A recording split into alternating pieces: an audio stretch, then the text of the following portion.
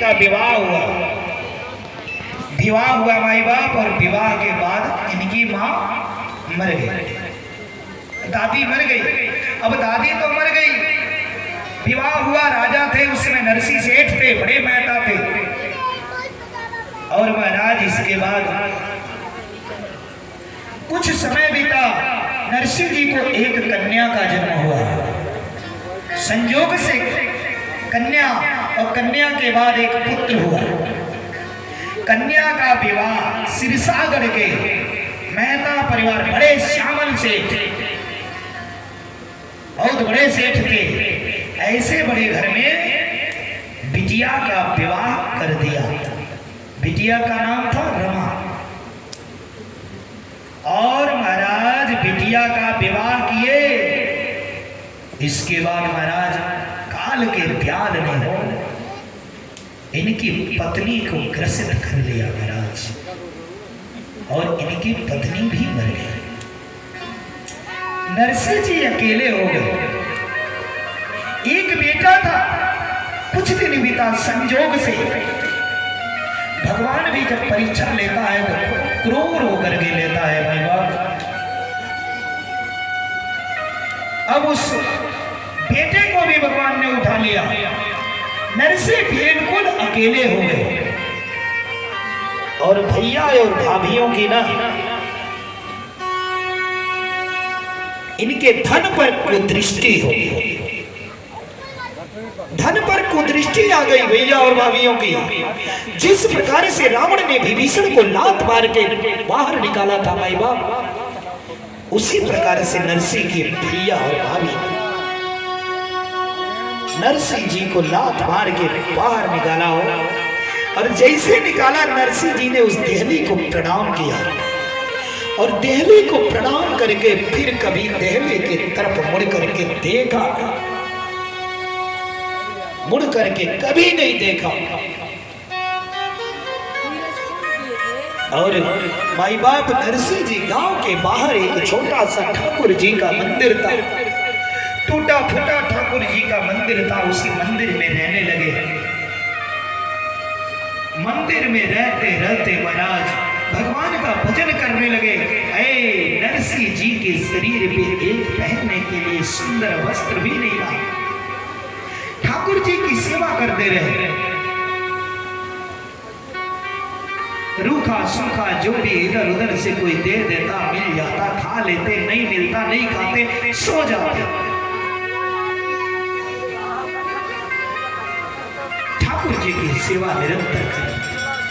बिटिया की शादी बड़े परिवार में हुई थी। उस परिवार वालों ने जब जान गया कि नरसिंह सेठ को भाई ने घर से बेदखल कर दिया, परिवार वालों ने कभी रमा को नैहर जाने नहीं दिया। अरे उस भिखारी के पास जाकर के तुझे क्या मिलेगा। रमा को कभी मायके नहीं जाने दिए उस सेठ ने। महाराज धीरे धीरे 20 साल बीत गया। रमा की बिटिया हुई थी, वो बिटिया भी बड़ी हो गई, ब्याह के योग्य हो गई। महाराज अब उस बिटिया का विवाह नरसिंह जी की नतनी का, यानी रमा के बेटी का विवाह का समय आया भाई बाप। और जब विवाह का समय आया तो विवाह के समय में पहले पत्र ननिहाल में भेजा जाता है। मायके लड़के हो या लड़का, उसके मामा के यहाँ पत्र भेजा जाता है। और पत्र में अब तो नहीं, पहले ऐसा उधर का प्रचलन रहा, सिरसागढ़ का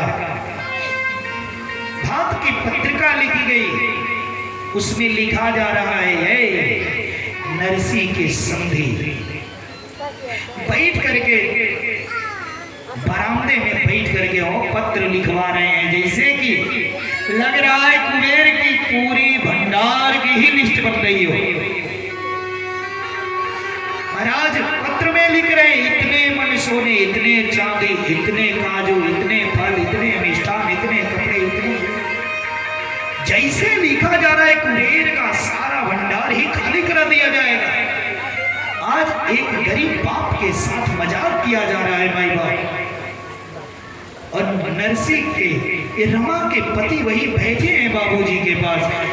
प्रथा की प्रथा थी, घर से बाहर नहीं औरतें निकलती थी, बड़ों के सामने औरतें खड़ी नहीं होती थी। ऐसा समय था, पर्दे की प्रथा थी, किवाड़ की आड़ में खड़ी होकर के और रमा रो रही है, कह रही है, रे कोई पत्र रोको, कोई पत्र रोको, कोई पत्र रोको। मेरे गरीब बाप के साथ एक खिलवाड़ मत करो, कोई पत्र रोको।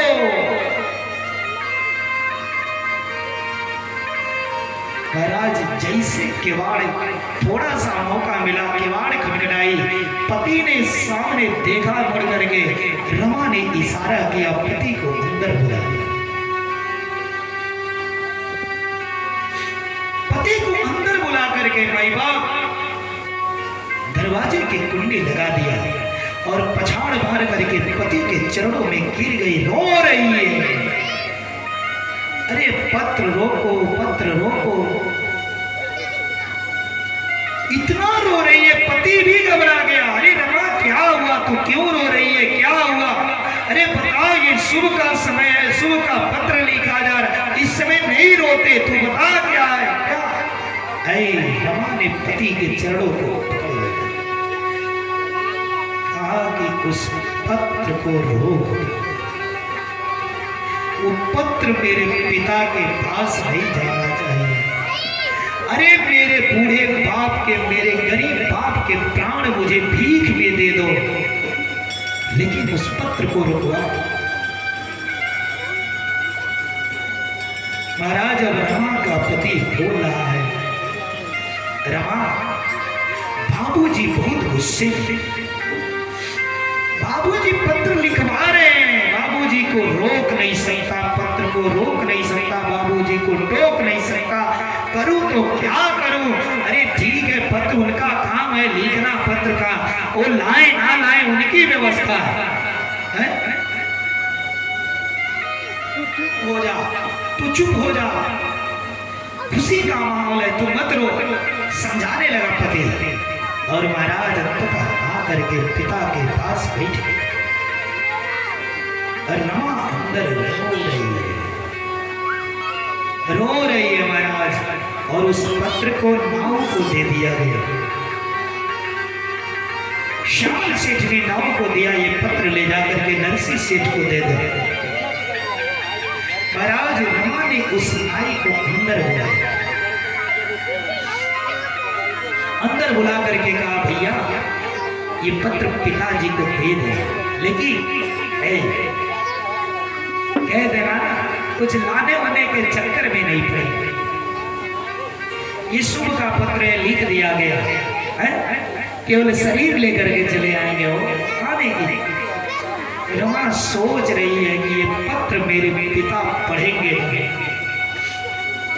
कहेंगे, अरे रमा तू तो मेरे खून की थी, तू तो जानती थी, कम से कम तू तो अपने बाप की हंसी नहीं कराई होती। महाराज नाई पत्र लेकर के निकला,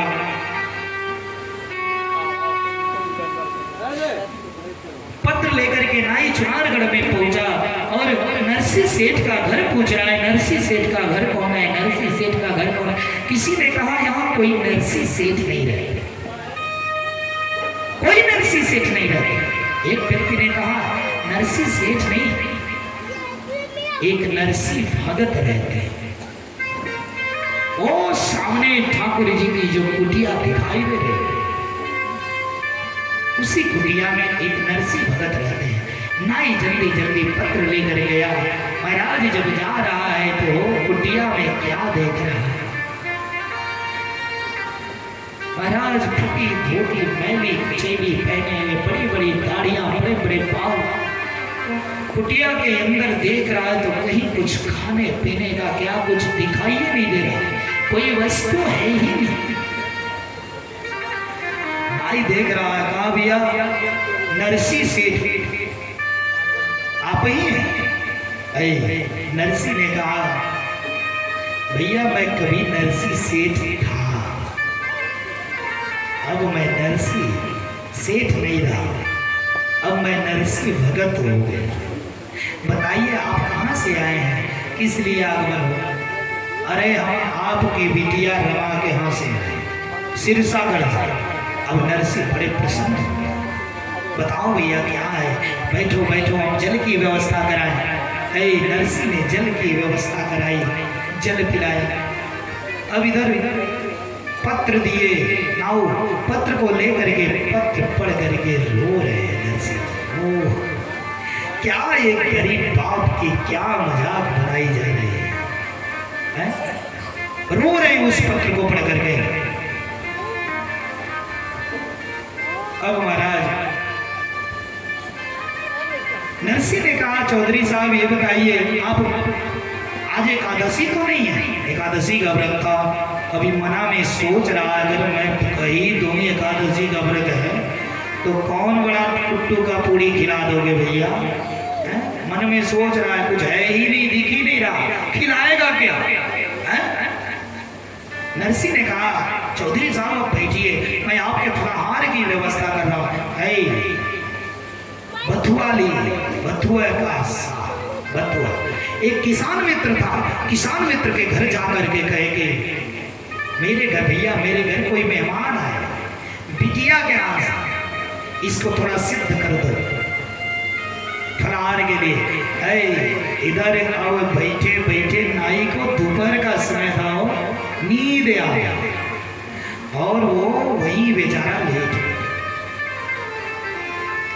जब लेट गया माई बाप, अब इसके बाद इधर से भगवान द्वारिकाधीश कन्हैया सोने की थाल में 56 व्यंजन बना करके माई बाप और लेकर के मुनीम का वेश बना करके, नरसी सेठ के मुनीम का वेश बनाए और आ गए। चौधरी साहब उठो, चौधरी साहब उठो। महाराज जब कोई सोता है तो उसे या तो संत जगाता है या तो भगवंत जगाता है। बोलिए कृष्ण भगवान की जय। महाराज वो थाल लेकर के आया, ए चौधरी साहब उठो, ये भोजन पाओ, मैं नरसी जी का मुनीम। अब भाई चौधरी तो ये इतना आइटम देखा, इतने को तो देखा गया, नाम भी नहीं सुना था, उतने खाने के आइटम आ गए सब। खूब प्रेम से खाया और वो मुनीम भेषधारी भगवान द्वारिकाधीश हो पंखा डुला रहे हैं अपने भक्त के लिए। माई बाप, मैं तो निरंतर कहता हूं, भगवान का कथन है वो कि प्रबल प्रेम के पाले पड़ के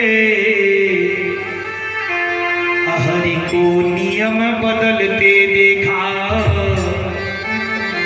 प्रबल प्रेम के पाले पड़ के हरि को नियम बदलते देखा। प्रबल प्रेम के पाले पड़कर प्रभु को नियम बदलते देखा। ना मान रही न रही पर भक्त कदा करते देखा। अपना मान रहे न रहे पर भक्त कदा करते देखा। भगवान अपने मान सम्मान का ख्याल नहीं करते, लेकिन भक्त के सम्मान से खिलवाड़ उन्हें नहीं देता है। अब इधर महाराज वो नाई बेचारा खा रहा है 56 प्रकार के व्यंजन और द्वारिकाधीश पंखा कर रहे हैं वो। अब इधर खा लिया, अब नाई ने कहा भैया ये बर्तन, अरे वो कहे बर्तन रख लो, हमारे वहां प्रथा है जो बर्तन चूल्हे से निकल जाती है वो बर्तन फिर चूल्हे में रखी नहीं जाती, इसलिए इस बर्तन को रख लो। भाई बाप, इसके बाद वो नाई बर्तन पाया कांचन के पात्र, पा करके खुश हो गया, झोले में रखा भैया। अब इधर नरसी जी तब तक बथुआ सिद्ध करके किसान मित्र के घर से आ गए और जैसे आए महाराज कहे चौधरी साहब ये फलहार कर लो भैया, ये कुछ फलहार लाया हूं कर लो। अरे सेठ जी कितना फलहार कराओगे, खाते खाते मर जाऊं। अभी आपका मुनीम तो इतना लेकर के आया 56 प्रकार के व्यंजन थाल में रख करके, अभी तो खाया। अरे नरसिंह ने कहा कौन मुनि हो, कौन मुनि है? अरे आपका ही मुनि कह रहे हैं, कौन मुनि? अभी आपका ही मुनि लेकर देखिए तो ये सारा बर्तन छोड़ करके गया। ओ नरसिंह देख रहे हैं सब कांचन के स्वर्ण के पात्र हो। नरसिंह जी जा करके ठाकुर जी के सामने मुड़ी पटक के रोने लगे। प्रभु तू तो बड़ा करुणावान है, बड़ी करुणावान है। महाराज अब चौधरी साहब की विदाई हुई, ये निकल लिए। और जब निकले महाराज समय आया जब विवाह का दिन नजदीक आ गया। अब विवाह में जाने की समय आई। नरसिंह ने 2-4 साधुओं को पकड़ा। साधु का दोस्त साधु ही होगा, है चोर का दोस्त चोर होगा, साधु का दोस्त साधु होगा। साधुओं को पकड़े। कुछ अंधे साधु थे उसे, 2-4-5 साधुओं की जत्था लिए और एक किसान मित्र के घर गए। गए मित्र थोड़ी अपनी बैलगाड़ी दे दो, मेरे बिटिया की शादी है, मुझे जाना है, जरूरी है। महाराज उस किसान मित्र ने, अरे उसके भी बैलगाड़ी थोड़ा टूटे फूटे ही थे, पुराने थे, किसी तरह से बूढ़े बैल हो गए थे, बैल दोनों बूढ़े हो गए थे। उसने दे दिया, कहा भैया ले तो जाओ लेकिन देखना थोड़ा सा डिस्टर्ब, बैल भी बूढ़े हैं, बीमार हैं, थोड़ा बचा के जाना। महाराज प्रायः लोगों की यही बात है, क्योंकि जिसके घर अगर गाड़ी ना हो, किसी से गाड़ी मांगने चले जाए, चाहे